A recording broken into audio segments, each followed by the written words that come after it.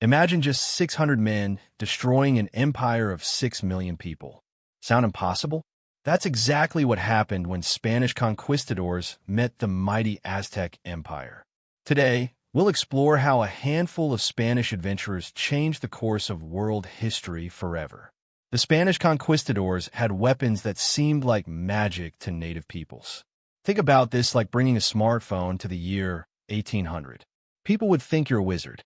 That's how Native Americans felt when they saw Spanish steel swords, guns, and horses. Their obsidian weapons could cut, but Spanish steel armor was nearly impossible to pierce.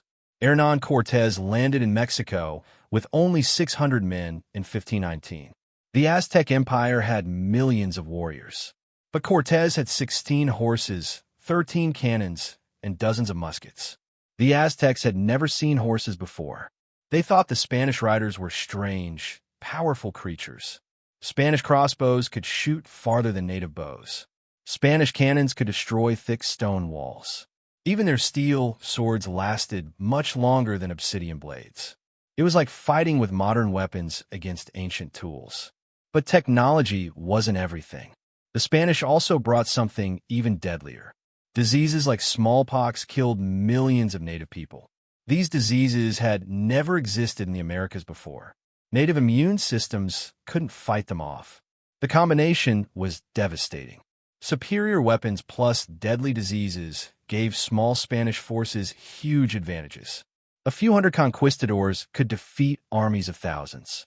They didn't win through skill alone. They won because they had tools their enemies had never seen. Spanish armor protected them from most native weapons. Their horses gave them speed and height advantages. Their guns created fear and confusion in native ranks. Even their metal helmets deflected arrows that would kill unprotected warriors. This technology gap explains how Cortés conquered the Aztecs. It shows how Francisco Pizarro defeated the Incas with just 180 men. The Spanish didn't just fight harder. They fought with completely different tools. What would happen if aliens landed today with technology 500 years ahead of ours? Disease killed more Native Americans than all Spanish weapons combined. Imagine if a new illness appeared tomorrow that killed half your city. That's what happened when Europeans brought diseases to the Americas.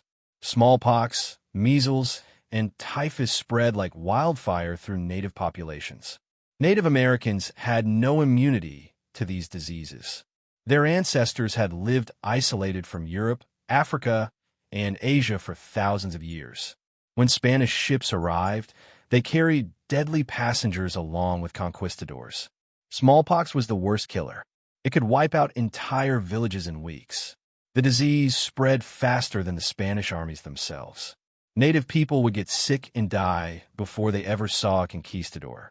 Some historians think diseases killed 90% of Native Americans. That's 9 out of every 10 people.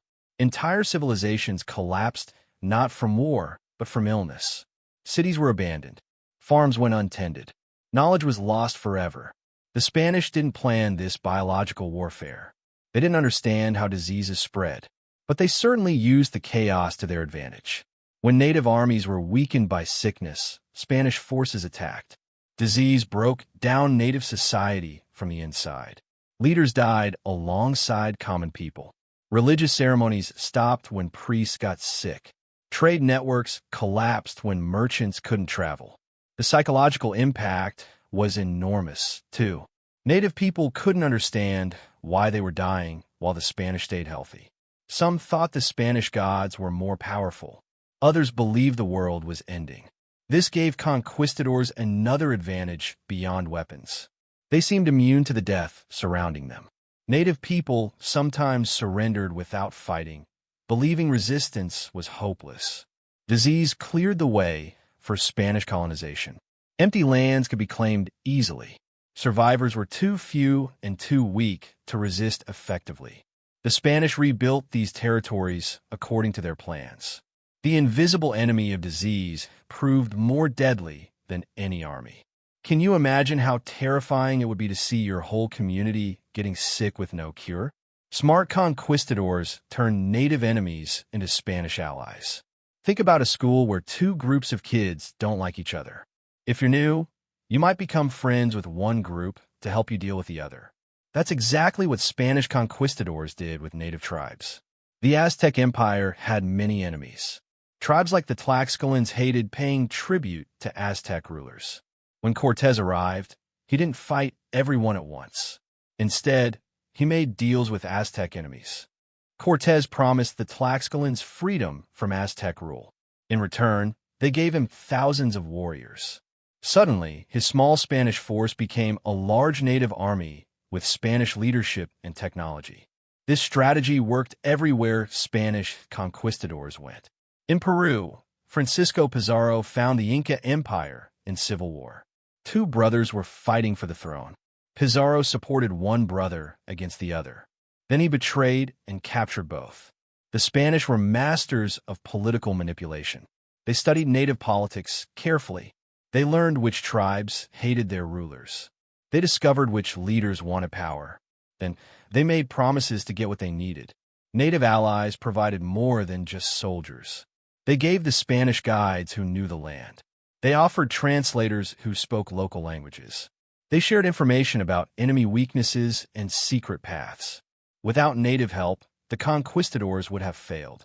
A few hundred Spanish soldiers couldn't navigate vast, unknown territories alone. They needed local knowledge to find food, water, and safe routes. The Spanish also used native rivalries to prevent united resistance. Instead of all native groups joining together against invaders, they fought each other. This kept them weak and divided while Spanish power grew. Many native leaders thought they were using the Spanish for their purposes. They believed they could get rid of Spanish allies once their enemies were defeated. But the Spanish had different plans. Once they won, they ruled everyone. This divide-and-conquer approach allowed tiny Spanish forces to control huge populations. What would you do if strangers offered to help you defeat your biggest enemy? Spanish conquistadors weren't just soldiers. They were treasure hunters seeking fortune. Imagine hearing that somewhere far away, people use gold like we use plastic. That's what Spanish explorers heard about the Americas. Stories of golden cities and silver mountains drove men to risk everything for a chance at incredible wealth. The Spanish economy needed gold and silver desperately. Spain was fighting expensive wars in Europe. The royal treasury was nearly empty. American riches could solve all of Spain's money problems at once. Conquistadors invested their own money in expeditions. They bought ships, weapons, and supplies, hoping to get rich quickly. If they failed, they lost everything. If they succeeded, they could become incredibly wealthy. Hernán Cortés spent his entire fortune preparing to invade Mexico. He borrowed money from friends and sold his properties. When the governor tried to stop him, Cortés sailed away in the middle of the night. He was gambling his life on Aztec gold. The bet paid off spectacularly. Cortés found rooms filled with gold artifacts in the Aztec capital. He melted down beautiful sculptures and sent gold bars back to Spain. His men became some of the richest people in the world. Francisco Pizarro heard about Inca treasures and organized his expedition. The Incas had more gold and silver than any civilization on Earth. Their temples were covered in precious metals. Their nobles wore golden jewelry every day.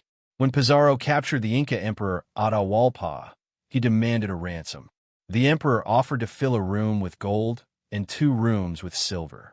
Even after paying this enormous ransom, Atahualpa was killed anyway. Spanish greed was limitless. They stripped precious metals from temples, palaces, and tombs. They forced native people to work in dangerous silver mines. The wealth of entire civilizations flowed back to Europe. This treasure financed Spanish power for centuries. It paid for armies, navies, and colonial governments. But it came at a terrible cost in human suffering. Would you risk your life traveling to unknown lands if someone promised you unimaginable riches? Spanish conquistadors destroyed mighty empires through superior technology, devastating diseases, clever political strategies, and endless greed for gold. A few hundred adventurers changed the fate of millions. They weren't superhuman warriors. They were ordinary men with extraordinary advantages. Their success reshaped the entire world, creating the colonial system that influenced history for centuries to come. What do you think was the conquistadors' biggest advantage? Leave your thoughts in the comments below, and don't forget to subscribe for more history content.